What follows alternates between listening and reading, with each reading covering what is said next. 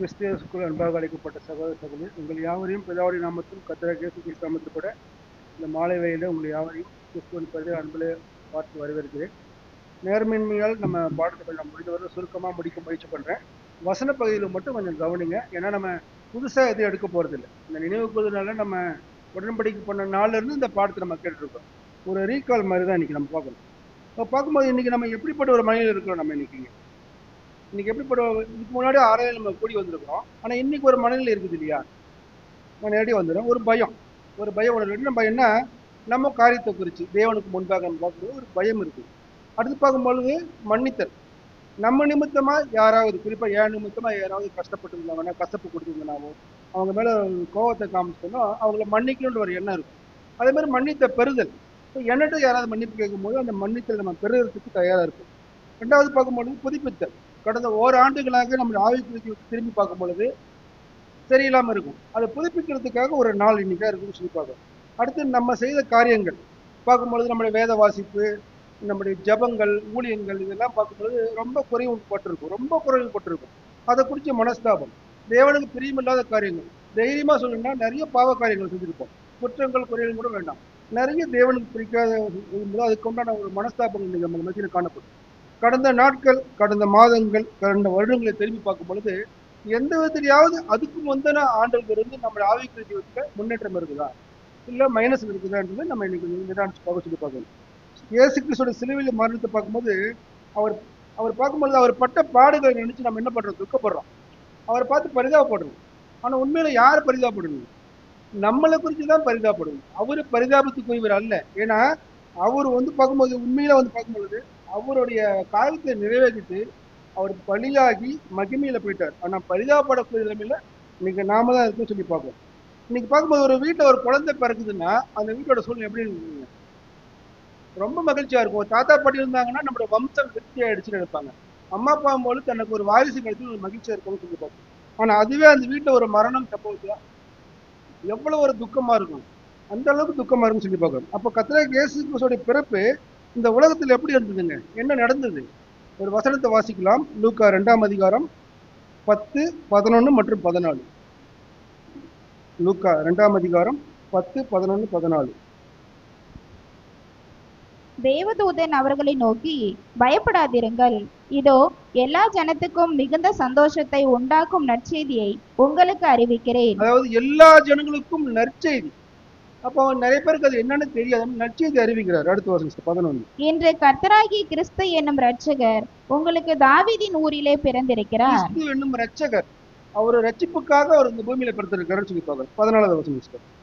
உன்னதத்தில் இருக்கிற தேவனுக்கு மகிமையும் பூமியிலே சமாதானமும் மனுஷர் மேல் பிரியமும் உண்டாவதாக என்று சொல்லி தேவனை துதித்தார்கள். அதாவது கிறிஸ்து பிறந்த நிமித்தமாக தேவனுக்கு ஒரு மகிமை, இந்த பூமியில ஒரு சமாதானம். அப்ப அது ஒரு சமாதானம் இல்லைன்னா கண்டிப்பா இல்லை.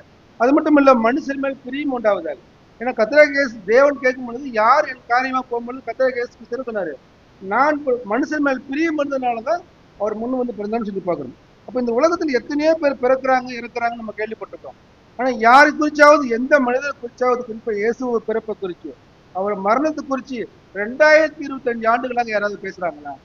எவ்வளவோ ஹிஸ்டரிகள் இருக்கும், எவ்வளவோ சரித்திரங்கள் நம்ம படிச்சிருப்போம். ஆனா 2025 வருஷமா ஒருத்தருடைய பிறப்பு, ஒருத்தருடைய இறப்பு குறித்து யாராவது பேசிட்டு இருக்காங்களா? கண்டிப்பா பேசினா இந்த பூமியும் நிறைவும் கர்த்தருடையதா இருக்குன்னு சொல்லி பார்க்கணும். அப்ப இயேசு கிறிஸ்துவோட மரணம் எதை அடிப்படையாக கொண்டதுங்க? இயேசு கிறிஸ்துவோட மரணம் அன்பு. முதலாவது நம்ம மேலுத்த அன்பு. அந்த அன்பு நிமித்தமாக, நம்ம செய்த பாவத்து நிமித்தமாக நம்ம மன்னிப்பு பெறவற்ற கூட அந்த பாவ மன்னிப்பு மற்றும் விடுதலை, அந்த விடுதலை மூலியமாக ரட்சிப்பு. யாரெல்லாம் ஒரு விசுவாசி, அநேகருக்காக, உலகத்தில் இருக்கிற எல்லா மனுஷனுக்காக ஒரு மரிச்சாருன்னு சொல்லி பார்க்கணும். ஒருவேளை அவர் மரணம் அடையவில்லை என்றால் இந்த உலகம் எப்படி இருந்திருக்கும்? ஒருவேளை உயிர்த்தல் அப்படி ஆகாம இருந்தாருனாக்கா நம்ம இன்னைக்கு சபை கூடி வந்திருக்க மட்டும் சொல்லி பார்க்கணும். அப்ப இது எவ்வளவு பெரிய ஒரு ஆசீர்வாதம். இந்த ஆசீர்வாதத்தை, இந்த காரியத்தை உலகம் எப்படி பார்க்குது, இன்னைக்கு கிறிஸ்துவர்கள் எப்படி பார்க்கறாங்கன்னு சொல்லி பார்க்கணும். அப்ப பார்க்கும்போது கர்த்தராகிய இயேசு கிறிஸ்து, நம்ம பாடத்துக்குள்ள கடந்து வந்தோம்னா, கர்த்தராகிய இயேசு கிறிஸ்து மேல் வீட்டு அறையில என்ன அனுசரித்தார்? அதாவது எத்தனாவது பஸ்கா வருது? கர்த்தராகிய இயேசு கிறிஸ்து மேல் வீட்டு அறையில அனுசரிச்சார். அது என்ன? ராபோதி. ஆனா பஸ்கான்னு சொல்லி போட்டிருக்கோம். அது எத்தனாவது பஸ்கா இருக்காது?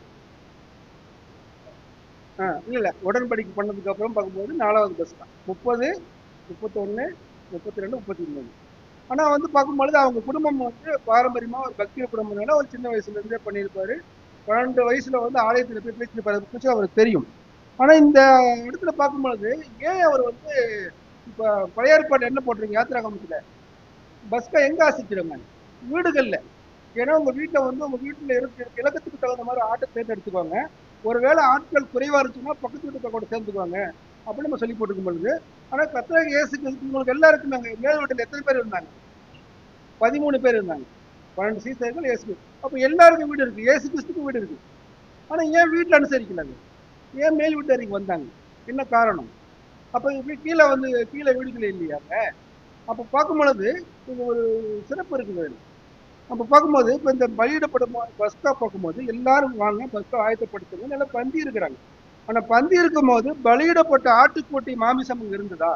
அந்த மாமிசம் அவங்க சாப்பிட்டாங்களா? அடுத்து பார்க்கும்போது கசப்பான கீரைகள் அங்க சாப்பிட்டாங்களா? அடுத்து பார்க்கும்போது விடியற் காலம் மட்டும் அது சில நிமிடங்கள்ல சாப்பிட்டு முடிக்கணும்னு சொல்லி போட்டு விடியறதுக்குள்ள சாப்பிடணும். ஆனா அங்க இருக்கிறது 12 பேர் தான். 12 பேருக்கு அவருக்கு அப்பம் விட்டு கொடுக்கறதுக்கு எவ்வளவு நேரம் ஆயிருக்குது? அப்ப அந்த விடியற் காலம் அவசர அவசரமா அவங்க சாப்பிடுது. அது மட்டும் இல்லாம அவர் கால்கள்ல பாதரட்சியை அணிந்திருக்கவில்லை. ஏன்னா வசனத்துல அங்க இருக்கும். அப்ப பாதரட்சி போட்டிருந்தாங்கன்னா இப்படி அவர் கால்களை கழுவிருப்பாரு அவரு. அது மட்டும் இல்லாம அவர் கையை தடவி பிடித்திருக்கல, துரிதமாகவும் சாப்பிடுது. எல்லாம் பொறுமையா நடந்திருந்தது. அப்ப இது வந்து என்ன நமக்கு தெரியுதுன்னா இது பஸ்கா இல்ல.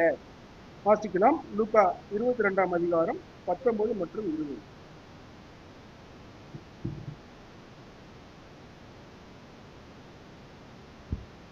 பின்பு அவர் அப்பத்தை எடுத்து ஸ்தோத்திரம் பண்ணி அதை பிட்டு அவர்களுக்கு கொடுத்து, இது உங்களுக்காக கொடுக்கப்படுகிற என்னுடைய சரீரமாய் இருக்கிறது, என்னை நினைவு கூறும்படி இதை செய்யுங்கள் என்றார்.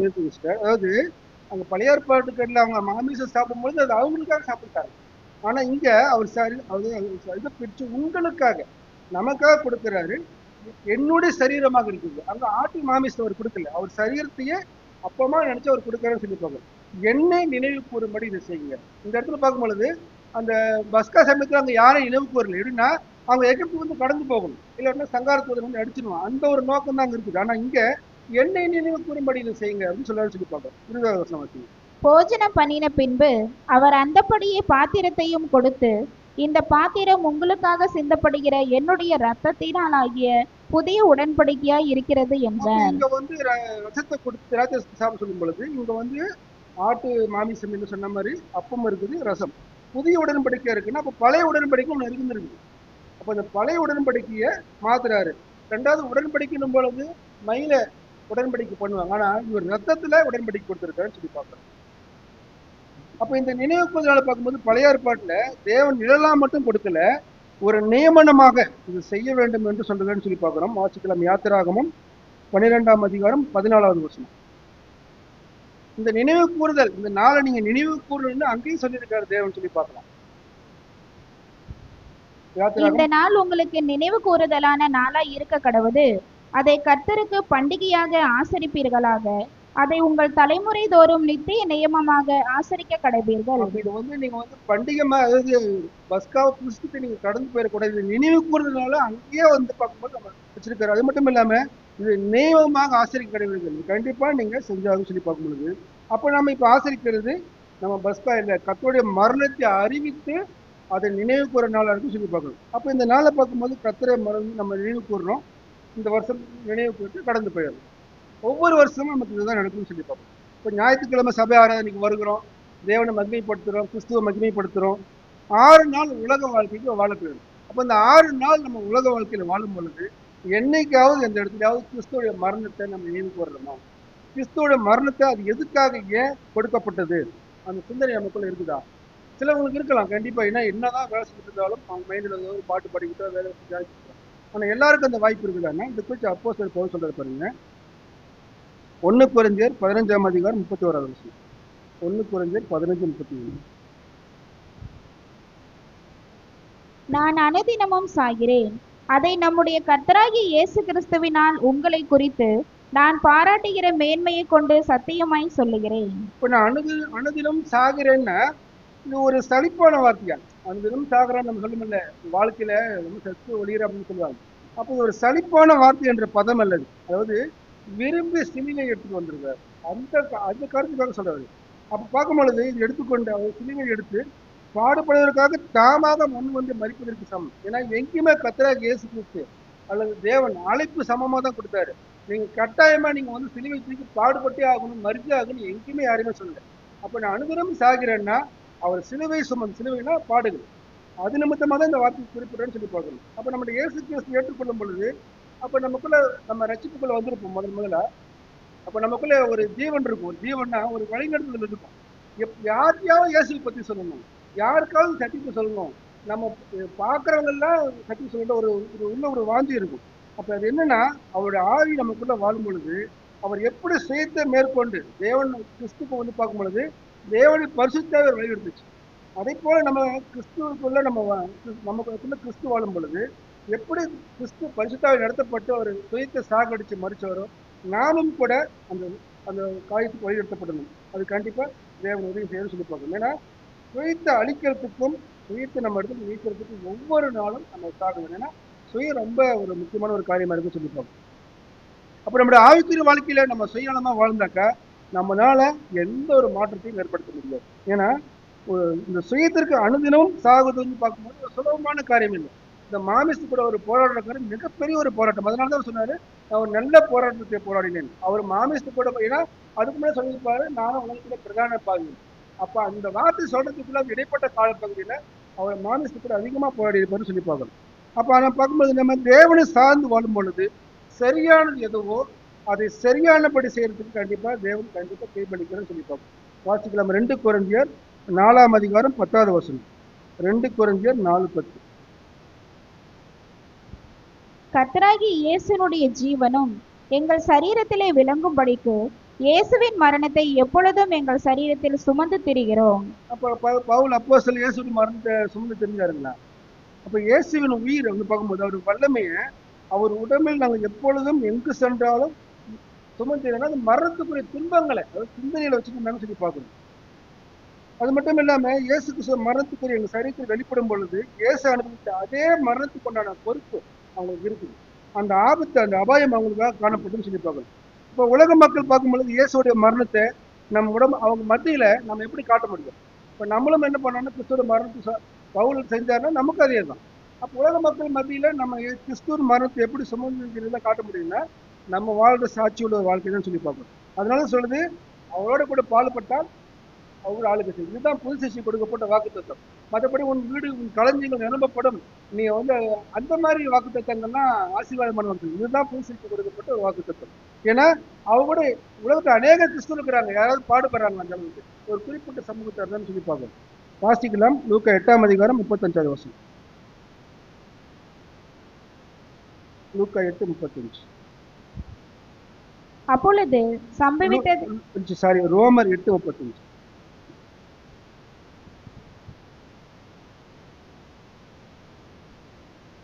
ரோமர் 8ஆம் அதிகாரம் 35. உமது நிமித்தம் எந்நேரமும் கொல்லப்படுகிறோம், அடிக்கப்படும் ஆடுகளைப் போல எண்ணப்படுகிறோம் என்று எழுதியிருக்கிறபடி நேரிட்டாலும். அப்ப நமக்கு என்ன சொல்லிருக்குது? உமது நிமித்தம் எல்லோரும் கொல்லப்படுகிறோம், இதெல்லாம் நேரிட்டாலும் கிறிஸ்து இயேசுவை பின்பற்றி நம்ம வர்றதுக்கு பாடுகள் படுறதுக்கு தயார். ஏன்னா நம்ம யாருமே வந்து வலுக்கட்டாயப்படுத்தி வரல, விரும்பிதான் நம்ம உடன்படிக்கை பண்ணிருக்கிறோம், விரும்பிதான் சத்தியத்தை கேட்டிருக்கோம். அப்ப பாடுபடுறதுக்கு நம்ம பயப்படக்கூடாது. ஏன்னா களைப்பை மேல் கை வைத்துட்டு திரும்பி பார்க்கக்கூடாது. ஏன்னா அவர் சொன்ன வாக்குத்தத்தத்தை கண்டிப்பா அவர் நம்ம வாழ்க்கையை நிறைவேற்ற தான் போறாரு. அப்ப கிறிஸ்துவின் பாடுகள்ல பங்கு பெறதுக்கு மிகப்பெரிய பாக்கியம். ஏன்னா இன்னைக்கு நிறைய பேர் கிறிஸ்துவர்கள் இருக்கிறாங்க இந்த உலகத்துல. ஆனா இந்த பாடுபடுற வாழ்க்கையை வாழ்றவங்க யாருன்னு பார்த்தாங்கன்னா சொற்ப ஜனங்கள் தான் சொல்லி பார்க்கணும். அப்போ மரணம் என்பது கிறிஸ்துவர்களுக்கு ஒரு முடிவல்ல. ஏன்னா ஒரு மனுஷன் பிறந்தானா அவனுக்கு ஒரு ஆரம்பம், முடிவுன்றது மரணம். ஆனா ஒரு கிறிஸ்துவனுக்கு மரணம்ன்றது ஒரு முடிவு இல்லை, அது ஒரு அனுபவம். எப்படின்னா இயேசு கிறிஸ்து மரணத்தை ருசி பார்த்தார். யாருக்காகன்னு பார்க்கலாம். எபிரேயர் 2ஆம் அதிகாரம் 9வது வசனம்.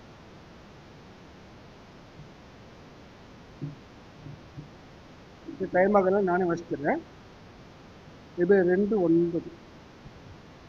ஏனெனில் தேவதூதர் மூலமாய் சொல்லப்பட்ட என்றாலும் தேவனுடைய கிருபையினால் ஒவ்வொருக்காரவும் மரணத்தை ருசி பார்க்கும்படிக்கு தேவதூதரிலும் சற்று சிறியவனாக இருந்த இயேசு கிறிஸ்து மரணத்தை ஒத்தரித்த நிமித்தமாக மகிமையினாலும் கனத்தினாலும் முடிசூட்டப்பட்ட கண்ணுகம். பார்க்கும்பொழுது ஒவ்வொருக்காகவும் அவரை பார்க்கும்போது அவருக்காக இல்லை, யாரெல்லாம் அவர் விசுவாசிக்கிறாங்களோ அவர் ஒவ்வொருத்தருக்காகவும் ஒரு மரணத்தை ருசி பார்த்துருக்காரு சொல்லிப்பாங்க. அடுத்து பார்க்கும்பொழுது மரணத்தின் அதிகாரியான பிசாசை அளித்தார். எபிரேயர் 2:14. ஆதலால் பிள்ளைகள் மாம்சத்தையும் இரத்தத்தையும் உடையவர்களாயிருக்க அவரும் அவர்களைப் போல மாம்சத்தையும் இரத்தத்தையும் உடையவரானார். மரணத்துக்கு அதிகாரியாகிய பிசாசானவனை தமது மரணத்தினாலே அழிக்கும்படிக்கும். ஜீவனும் மரணமும் கர்த்தருடைய கையில் இருக்கும் பொழுது இங்க எப்படி மரணத்துக்கு பிசாசு அதிபதி ஆவான்னா, அவனாலதான் மரணமே இந்த பூமிக்குள்ள வந்தது. அப்ப என்ன பண்ணுவான்னா, நம்மளை அழிக்கிறது தான் அவனுடைய நோக்கமா இருக்குது. அப்ப அந்த மரணத்தை அழிக்கும்படிக்காக கர்த்தராகிய இயேசு கிறிஸ்து மரணத்தை சகித்தாருன்னு பார்க்கணும். அப்புறம் மரண பயத்தை நீக்கினார். எபிரேயர் 2:15. ஜீவ காலமெல்லாம் மரண பயத்தினாலே அடிமைத்தனத்திற்குள்ளானவர்கள் யாவரையும் விடுதலை பண்ணும்படிக்கும் அப்படியானார். அடுத்து பார்க்கும் பொழுது மரணத்தை நிவர்த்தி செய்தார், மரணத்திலிருந்து சுதந்திரம் அறிவினார், புதிய உடன்படிக்கை உறுதிப்படுத்தினார். எபிரேயர் 9:15. ஆகையால் முதலாம் உடன்படிக்கையின் காலத்தில் நடந்த அக்கிரமங்களை, முதலாம் உடன்படிக்கை எதுங்க? நியாயப்பிரமாணம். அப்ப நியாயப்பிரமாணத்தில் என்ன நடந்துச்சுன்னா அக்கிரமங்கள் நடந்திருக்குது. அப்ப முதலாம் உடன்படிக்கையின் காலத்தில் நடந்த அக்கிரமங்களை நிவர்த்தி செய்யும்படிக்காக, நிவர்த்தி செய்யும்படிக்காக பொருட்டு அவர் மரணம் அடைந்து அழைக்கப்பட்டவர்களுக்கு வாக்குத்தத்தம் பண்ணப்பட்ட, தேவனால் அழைக்கப்பட்டு வாக்குத்தத்தம் பண்ண நித்திய ஜீவனை சுதந்திரத்துக் கொள்ளப்படிக்காக, சுதந்திரத்தை அடைந்து கொள்வதற்காக புது உடன்படிக்கையின் மத்திய சேர்க்கிறார். அதுக்காக தான் என்ன பண்றாரு இயேசு கிறிஸ்து புது உடன்படிக்கை ஏற்படுத்துறன்னு சொல்லி பார்க்கிறோம். அப்ப இயேசு கிறிஸ்துவோட சிலுவை மரணத்துல நம்ம கற்றுக்கொள்ள வேண்டிய முக்கியமான காரியங்கள் நிறைய இருந்தாலும் 7 காரியங்களை மட்டும் பார்த்து நம்ம கடந்து போகலாம். தேவனுடைய சித்தத்தை நிறைவேற்றுகிற காரியம் பார்க்கும்போது மத்தேயு 26ஆம் அதிகாரம் 39வது வசனம். 26:39. சற்று அப்புறம் போய் முகங்குப்புற விழுந்து, என் பிதாவே, இந்த பாத்திரம் என்னை விட்டு நீங்க கூடுமானால் நீங்கும்படி செய்யும். ஆகிலும் என் சித்தத்தின்படி அல்ல, உம்முடைய சித்தத்தின்படியே ஆக கடவது என்று ஜெபம் பண்ணினார். அப்ப இங்க ஏன் அவருக்கு பயம் வந்ததுன்னா, ஒட்டுமொத்த மனுக்குலகத்தோடைய பாவமும் இவர் சரியான முறையில் மரணம் அடைஞ்சாதான் அது அவங்களுக்கு கிடைக்கும். ஏன்னா இவருக்கே கூட அந்த ஜீவன் கிடைக்காது போடும். அது செய்யறோமா இல்லையான்ற ஒரு பயத்தினாலதான் தேவன் ஜெபிக்க. இருந்தாலும் பாருங்க, ஜெபத்துல கூட என் சித்தம் அல்ல உன் சித்தம். அப்போ தேவ சித்தத்தை நிறைவேற்றுறதுல அந்த கிறிஸ்துவோட மரணத்துல நம்ம கற்றுக்கொள்ள வேண்டியதா இருக்கும். அடுத்து பார்க்கும்போது கீழ்ப்படிதல். பிலிப்பியர் 2ஆம் அதிகாரம் 8வது வசனம். பிலிப்பியர் 2:8. அதாவது நிறைய வசனங்கள் கீழ்ப்படிதல் இருந்தாலும் மரணத்தை சார்ந்து இருக்கிறதுனால இந்த வசனங்கள் பிலிப்பியர் 2:8. அவர் மனுஷ ரூபமாய் காணப்பட்டு மரண பரியந்தம், அதாவது சிலுவையின் மரண பரியந்தமும் கீழ்ப்படிந்தவராகி தம்மை தாழ்த்தினார். தேவனுடைய ஒரே பேரான குமாரன், ஆனா மனுஷரூபமா வந்து நான் என்ன பண்ணாருன்னா மரண பரியந்தம், அதாவது சிலுவையில கடைசி ஜீவன் விடுறவரும் அவர் கீழ்ப்படிந்தா சொல்லிட்டாங்க. அடுத்து பார்க்கும்போது தாழ்மை. பார்க்கும்போது அதே வசனம் தான், தம்மை தாழ்த்தினார். ஆனா நம்ம இன்னைக்கு இன்னும் மனுக்குலமாகட்டும் மனுஷராகட்டும் என்ன பண்றாங்கன்னா மற்றவனை தாழ்த்துறாங்க. நீ இந்த கீழ் ஜாதி, நீ பேசினால் சீட்டு, நீ தொட்டால் சீட்டு. அது மட்டும் இல்லாம கிறிஸ்துவ சபையில கூட பார்க்கும்பொழுது ஒருத்தர் மற்றவங்க தாழ்மைப்படுத்துறார். ஆனா கர்த்தராகிய இயேசு கிறிஸ்து தன்னை தாழ்த்தி கொண்டார். எப்படின்னா நமக்கு இணையா, நமக்கு கீழே கூட சொல்ல சொல்லிக்கோங்க. அப்படி தாழ்மையை கற்றுக்கொண்டார் இந்த மரணத்துக்கு. அடுத்து 4வது காரியம் அன்பு. எபேசியர் 5ஆம் அதிகாரம் 2வது வசனம். எபேசியர் 5:2. கிறிஸ்து நமக்காக தம்மை தேவனுக்கு சுகந்த வாசனையான காணிக்கையாகவும் பலியாகவும் ஒப்பு கொடுத்து நம்மில் அன்பு கூர்ந்தது போல நீங்களும் அன்பிலே நடந்து கொள்ளுங்கள். கிறிஸ்து நமக்காக, அதாவது சுகந்த வாசனைன்னா இந்த வாசனை திரவங்களை போட்டு அந்த பலிப்படுத்தி எரிக்கிறது. ஆனா தன்னையே யாருக்காக சுகந்த வாசனை கொடுத்துருக்காமோ நமக்காக கொடுத்துருக்கிறார். அப்படி இருக்கும் பொழுது அந்த பலியை ஒப்பு கொடுத்து நம்மில் அன்பு கூர்ந்தார். நம்ம அன்பு பக்கும்போது எவ்வளவு பிரச்சனை இருக்கு. அதே போல நீங்க அந்த அன்பு நடந்து கொள்ளும் பொழுது நீங்களும் தேவனுக்கு சுகந்த வாசனையாக இருக்கிறீர்கள் சொல்லிட்டாங்க. அடுத்து 5வது பார்க்கும்போது பரிசுத்தம். எபிரேயர் 13:12. எபிரேயர் 13:12. அந்தபடியே இயேசுவும் தம்முடைய சொந்த இரத்தத்தினாலே ஜனத்தை பரிசுத்தம் செய்யும்படியாக நகர வாசலுக்கு புறம்பே பாடுபட்டார். எந்த பொருளையும் பரிசுத்தம் தனிதான். ஆனா சொந்த நம்ம அவங்க பார்க்கும்போது நம்முடைய பாவத்தை பரிசுத்தம் பண்றதுக்காக அவருடைய ரத்தத்தையே கொடுத்திருக்காரு சொல்லிட்டாங்க. அடுத்து பார்க்கும்போது பாடுபடுதல். எபிரேயர் 12ஆம் அதிகாரம் 2 மற்றும் 3. ஆகையால் மேகம் போன்ற இத்தனை திரளான சாட்சிகள் நம்மை சூழ்ந்து கொண்டிருக்க பாரமான யாவற்றையும் நம்மை சுற்றி நெருங்கி நிற்கிற பாவத்தையும் தள்ளிவிட்டு விசுவாசத்தை துவக்குகிறவரும் எபிரேயர் 12, எபிரேயர் 2:3, 2:3. அவர் தமக்கு முன் வைத்திருந்த சந்தோஷத்தின் பொருட்டு அவமானத்தை எண்ணாமல் சிலுவையை சகித்து தேவனுடைய சிங்காசனத்தின் வலது பாரிசத்தில் வீற்றிருக்கிறார். ஆகையால் தமக்கு முன் வச்சிருந்த சந்தோஷம் என்னது? ஏன்னா அவர் இதுக்கு முன்னாடி இந்த பூமிக்கு வரதுக்கு முன்னாடி ஒரு பரலோகத்துல தேவகுமாரனா இருந்தார். மீண்டும் அங்க போக போறாரு. அப்ப அந்த சந்தோஷ நிமித்தம் என்ன பண்றாருன்னா, இந்த பூமியில நம்ம நிமித்தமா அவமானப்படுறது இல்லாம அந்த சிலுவை மரணத்தை சகிச்சு அந்த பாடுகளுக்கு சிங்காசனத்துக்கு எங்க இருக்காருங்க உங்களுக்கு? பிதாவின் வலது பாரிசத்தில் சிங்காசனம் உட்கார்ந்துருக்காருன்னா அதுக்கு முன்னாடி அவர் சிலுவையில அவர் அடித்து கிழிக்காக சொல்லி பார்க்கணும். அது இல்லாத ஒரு சிங்காசனத்துக்கு போகணும்னு சொல்லி பார்க்கணும். 3வது வசனம். ஆகையால் நீங்கள் இளைப்புள்ளவர்களாய் உங்கள் ஆத்துமாக்களில் சோர்ந்து போகாதபடிக்கு தமக்கு விரோதமாக பாவிகளால் செய்யப்பட்ட இவ்விதமான விபரீதங்களை சகித்த அவரையே நினைத்துக் கொள்ளுங்கள். அப்ப நம்முடைய வாழ்க்கையில் நடத்தக்கூடிய பாடுகள் பிரச்சனைகள்லாம் வரும்பொழுது நம்ம யார் இன்னைக்குன்னா கத்தரை கேட்கணும். எந்த பிரச்சனையும் நம்ம சோர்ந்து போகிற மாதிரி நிலை குழந்தை போகிற மாதிரி மரணமே வந்தாலும் கூட நம்ம என்ன பண்ணோம்? கத்தரை கேட்டுக்கிட்டு தடுப்பிருக்கோம். அது கிறிஸ்துவ கூட இருக்கக்கூடிய நமக்கெல்லாம் தேவையான முக்கியமான ஒரு குணம் 7வது காரியம் பொறுமை. 2 தெசலோனிக்கர் 5:3-5. பொறுமை குறித்து நிறைய இருந்தாலும் இது ஒரு மரணத்தை சார்ந்து இருக்கிறதுனால இந்த வசனம். 2 தெசலோனிக்கர் 3ஆம் அதிகாரம் 5வது. கர்த்தர் உங்கள் இருதயங்களை தேவனை பற்றும் அன்புக்கும் கிறிஸ்துவின் பொறுமைக்கும் நேராய் நடத்துவாராக. இது பார்க்கும் பொழுது இந்த 7 காரியமும் கிறிஸ்துவோடைய மரணத்திலிருந்து நம்ம கற்றுக்கொள்ள வேண்டியதா இருக்கு. இப்போ இன்னைக்கு பார்க்கும் பொழுது மன்னிப்பு நம்ம இடத்துல இருக்குங்களா? மன்னிப்புன்ற ஒரு காய் நம்ம இடத்துல இருக்குங்களா? எப்போ இருக்குதுங்க? ஒருத்தரால பாதிக்கப்பட்டு காயப்பட்டு துன்பப்பட்டு போனது அந்த தீமை வருதுங்க. மற்றவங்களால நமக்கு தீமை செய்யப்படும் பொழுது அந்த தீமையோட தன்மை படு காயம் ஆறி குறைஞ்சதுக்கு அப்புறம் தான் மன்னிக்கணும். அது மன்னிக்க முடியாது. அது மன்னிச்சா அந்த மன்னிக்காவே இருக்காது. அது ஒரு பேச்சளவு இருக்குன்னு சொல்லி பார்க்கணும்.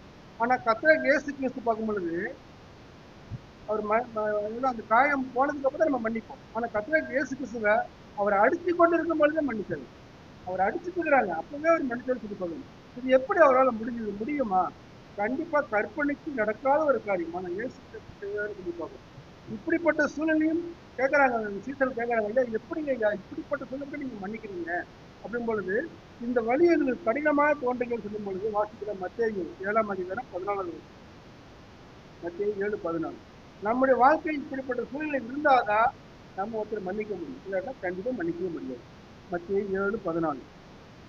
ஜீவனுக்கு போகிற வாசல் இடுக்கமும் வழி நெருக்கமுமாய் இருக்கிறது, அதை கண்டுபிடிக்கிறவர்கள் சிலர். கிறிஸ்துவ வாழ்க்கை இடுக்கமானது. ஏன்னா நான் சொன்ன பார்த்தீங்களா, மாமிச சுயத்தை சாகடிக்கிறது மிகப்பெரிய போராட்டம். ஒருத்தர் மன்னிக்கிறது அவ்வளவு இறங்கி நம்ம யாரும் மன்னிச்சிட மாட்டோம். ஏன்னா ஒருவேளை ஒரு சகோதரர் மூலியமா நம்ம அதிகமாக காயப்பட்டிருக்கும் பொழுது கண்டிப்பா மன்னிக்க மாட்டோம். ஆனா இது இடுக்கமான வாசல். அந்த மாதிரி சுயமான காரியத்தெல்லாம் கழித்து வச்சாதான் அந்த இடுக்கமான வாசல் நம்மளால போகணும்னு சொல்லி பார்க்கணும். கர்த்தர் இயேசு கிறிஸ்து என்ன சொன்னாரு? ஒரு கண்ணத்தை அடிச்சா என்ன காட்டுவாங்க? மறு கண்ணத்தை காட்ட சொல்லிட்டு ஆனா அவர் என்ன பண்ணாருங்க? உடனே கொடுத்தாரு, முழுசு கொடுத்துட்டாரு, கண்ணுக்கு மட்டும் கொடுக்கல. அப்ப பார்க்கும்பொழுது அவர் சொன்ன வார்த்தையின்படி வாழ்ந்ததுன்னு பார்க்கும்போது அவர் உச்சம் பெற்றவர் தான் இயேசு கிறிஸ்து. என்ன சொன்னாரோ அதன்படி வாழ்ந்ததுல உச்சம் பெற்றவர் இயேசு கிறிஸ்து. அடுத்து பார்க்கும்பொழுது அவருக்கு முள்படி வச்சு அனுப்பினாங்க. நீங்க ராஜான்னு சொல்லும்போது இந்தா நீ கிரீட சொல்லி முள்படி வச்சாங்க, கண்ணல்ல குத்தி சொல்றாங்க.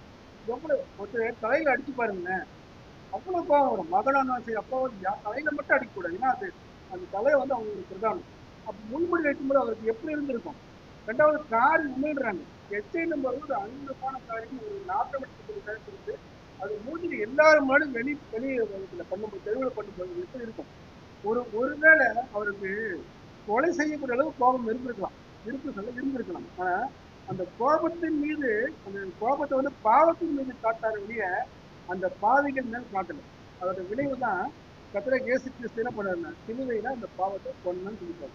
மரணமே உன் கூறு எங்கே, பாதாளமே உன் வேலை எங்கே அப்படின்னு நம்ம பார்த்தோம். அப்ப இயேசு கிறிஸ்து பார்க்கும்பொழுது இயேசு கிறிஸ்து தேவன் பார்க்கும்போது ஒரு வருஷம் சொல்றாரு, பழிவாங்கல் எனக்கு புரியுது. இயேசு கிறிஸ்து எங்கேயாவது பழி வாங்கியிருக்கிறாரு? இது என்னோட யூகத்துல சொல்றேன். அவர் எங்கேயுமே பழி வாங்கிருக்க. ஆனா அவர் எப்படி பழி வாங்கியிருக்காருன்னு பார்க்கும்பொழுது இயேசுன்னு பார்க்கும்பொழுது அவர் எப்படி மன்னிச்சாருன்னா, ஆணி அடிச்சவங்க பார்த்து சொல்றாரு, இவங்க என்ன சொல்றாரு, உங்களுக்கு செய்யறது இன்னும் தெரியாம செய்யறாங்க மனுஷனுக்கு சொல்லிக்கிறது. அதுல ஒரு சேவகர் வந்து வீட்டுல குத்துறாரு. குத்திட்டு என்ன சொல்றாருங்க, இவர் மெய்யாலுமே தேவனுடைய குமார். அப்ப எப்படி ஒரு ஆள் சொல்ல முடிஞ்சது? அவர் மன்னிச்சாரு பார்த்தீங்களா? மன்னிச்சு பழிக்கு பழி வாங்கினார். மன்னிப்பை காமிச்சு பழிக்கு பழி வாங்கினார். இப்ப நம்ம ஒரு சகோதரர் மேல அன்பு காட்டுறோம், ஒரு மன்னிக்கிறோம்னா எந்த அளவுக்கு இறங்கி, அதாவது நம்முடைய இருக்கிற பலத்தை கொண்டு அன்பு காட்டுறது, அன்பு காமிச்சு அவரை பழி வாங்கணும். தவறு நம்ம பண்ணிருக்க மாட்டோம், இன்னொரு சகோதரி பண்ணிருப்பாங்க. ஆனா நம்ம முன் வந்து அவர்கிட்ட போய் மன்னிச்சுக்கோங்க அப்படின்னு சொல்லும்போது அவர் நம்ம பண்ணுவோம். அப்ப கத்திரகேசுக்கு உதாரணத்துக்கு ஒரு புரிதலுக்காக நான் சொல்றேன். அது மட்டும் இல்லாம அந்த பரிசேதர் சதிசேதர்கள் இந்த மதவாதிகள் என்ன பண்றாங்கன்னா, கத்திரகேசுக்கு குற்றச்சாட்டு சொல்றாங்க, இவர் வந்து பாதிக்கப்பட்ட சிநேகிதரா இருக்கிறாரு. அந்த குற்றச்சாட்டு என்ன பண்ணாருன்னா இன்னும் பெருசாக்குனார். எப்படின்னா அந்த பாவிகளை மன்னிச்சு வாசிக்கலாம். மத்தேயு 11:19.